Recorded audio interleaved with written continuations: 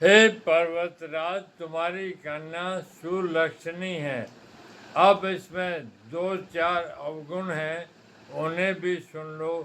गुणहीन, मानहीन, माता पिता विहीन, उदासीन और संशयहीन, लापरवाह, योगी, जटाधारी, निष्काम, हृदय, नंगा और अमंगल वेश वाला, ऐसा पति इसको मिलेगा। इसके हाथ में ऐसी ही रेखा पड़ी है। नारद मुनि की वाणी सुनकर और उसको हृदय में सत्य जानकर पति पत्नी हिमवान और मैना को दुख हुआ और पार्वती जी प्रसन्न हुई।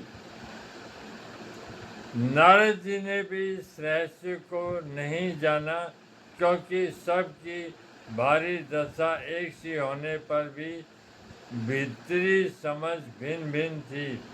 सारी सखियां पार्वती, पर्वतराज, हिमवान और मैना सभी के शरीर पुलकित थे और सभी के नेत्रों में जल भरा था। देवर्षि के वचन असत्य नहीं हो सकते, यह विचार कर पार्वती ने उन वचनों को हृदय में धारण कर लिया।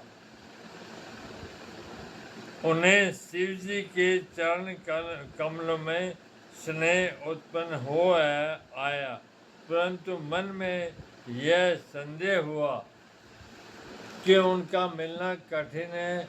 अवसर ठीक न जानकर उन्होंने अपने प्रेम को छिपा लिया और फिर वे सखी की गोद में जाकर बैठ गई।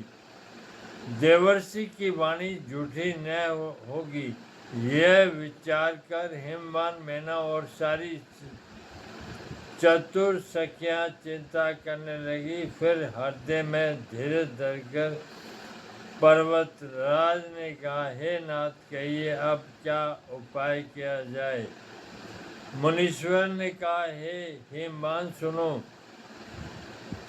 विधाता ने ललाट पर जो कुछ लिख दिया है उसको देवता, दानव, मनुष्य, नाग और मुनि कोई भी नहीं मिटा सकते। तो भी एक उपाय मैं बताता हूँ, यदि देव सहायता करे तो वह सिद्ध हो सकता है।